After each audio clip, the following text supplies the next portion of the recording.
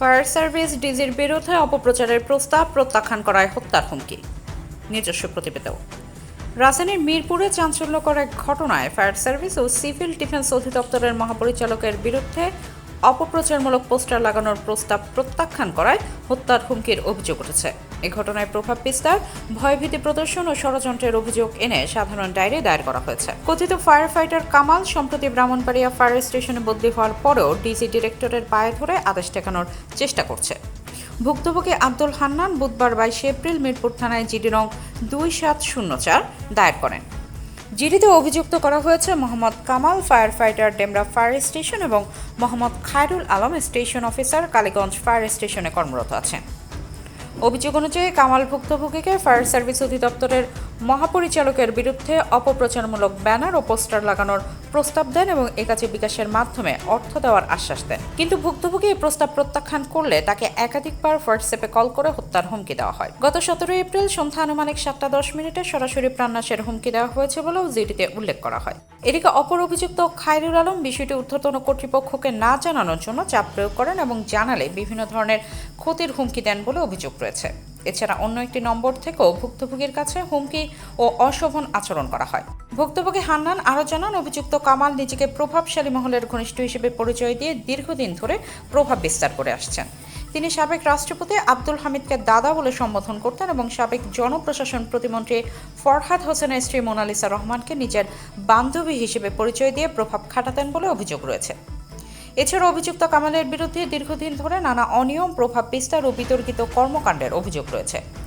সংশ্লিষ্ট সূত্রগুলো তাকে ফায়ার সার্ভিসের ক্যান্সার হিসেবে উল্লেখ করেছে। অভিযোগ রয়েছে তিনি বঙ্গভবনের প্রভাব খাটিয়ে মন্ত্রণালয়ের এক প্রশাসনিক কর্মকর্তাকে 1 লাখ টাকার বিনিময়ে পদক গ্রহণ করেছেন এবং বিভিন্ন সময় ফায়ার সার্ভিস ও সিভিল ডিফেন্স নিয়ে উদ্দেশ্যমূলক লেখালেখি করে বিভ্রান্তি ছড়িয়েছেন।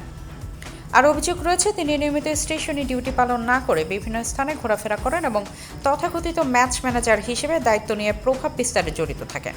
পাশাপাশি বিভিন্ন ধরনের তদবির বাণিজ্যে জড়িয়ে পড়ার অভিযোগ রয়েছে তার বিরুদ্ধে। সরেজমিনে আরও জানা যায়, ফায়ার সার্ভিসের ডিজি ও ডিরেক্টরদের অপসারণের ষড়যন্ত্রের অন্যতম নায়ক হিসেবে কাজ করছেন কামাল।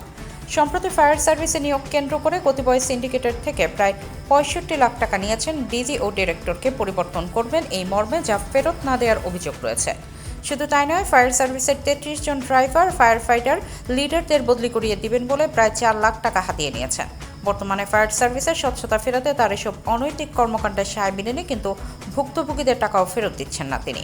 এছাড়া ফায়ার সার্ভিসে সবসময় অস্থিরতা সৃষ্টি, বিভ্রান্তি ছড়ানো এবং অভ্যন্তরীণ শৃঙ্খলা নষ্ট করার অভিযোগ রয়েছে তার বিরুদ্ধে।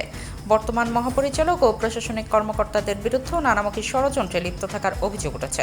অভিযোগ রয়েছে এসব কর্মকাণ্ডের কারণে অতীতে তাকে একাধিকবার দূরবর্তী স্থানে বদলি করা হলেও তিনি প্রভাব খাটিয়ে ঢাকায় অবস্থান করছেন এবং বদলি ঠেকাতে সক্রিয় রয়েছেন। এর আগে 20/8/2024 তারিখে কুতুবদিয়া কক্সবাজার স্টেশনে এই আদেশ বদলি হলেও তিনি যোগদান করেননি। স্মারক 10888 তারিখ 25/8/24 আদেশটি বাতিল করা হয়, অর্থাৎ 1/10/24 তারিখে 25/9/24 তারিখের স্মারক দিয়ে বদলি বাতিল করা হয়। আরও জানা যায়, আওয়ামী লীগ সরকারের আমলে তিনি নিয়মিত বঙ্গভবনে যাতায়াত করতেন এবং সেই প্রভাব ব্যবহার করে নিজের অবস্থান শক্তিশালী করেন।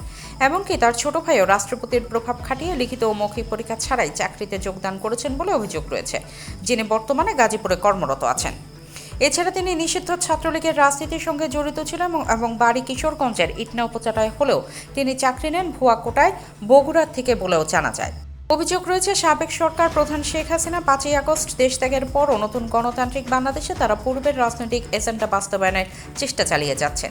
রাষ্ট্রপতিকে দিয়ে তৎকালীন ফায়ার সার্ভিস ও সিভিল ডিফেন্স অধিদপ্তরের মহাপরিচালক ব্রিগেডিয়ার জেনারেল মাইনুদ্দিনকে ফোন করিয়ে প্রভাব খাটিয়ে ভুক্তভোগী ফায়ার ফাইটার আব্দুল হান্নানকে চাকরিচ্যুত করা হয়েছে বলে অভিযোগ রয়েছে এই কামালের বিরুদ্ধে। ভুক্তভোগী কামাল তার হারানো চাকরি ফিরে পেতে বর্তমান সরকারের কাছে অনুরোধ জানিয়েছেন। এসব বিষয়ে বিভিন্ন পত্রপত্রিকায় একাধিকবার সংবাদ প্রকাশ ও প্রচার হলেও টনক নড়েনি কর্তৃপক্ষের। ভুক্তভোগী আব্দুল হান্নান জানান, তিনিও তার পরিবার বর্তমানে চরম নিরাপত্তায় ভুগছেন এবং স্বাভাবিক জীবনযাপন করতে পারছেন না। তিনি সংশ্লিষ্ট কর্তৃপক্ষের কাছে দ্রুত আইনগত ব্যবস্থা গ্রহণ ও নিজের ও পরিবারের নিরাপত্তা নিশ্চিত করার দাবি জানিয়েছেন। এ বিষয়ে অভিযুক্ত কামাল হোসেন জানতে চাইলে বলেন, অধ্যক্ষের সাথে বলেন, আপনি নিউজ করেন, তাতে আমার কি।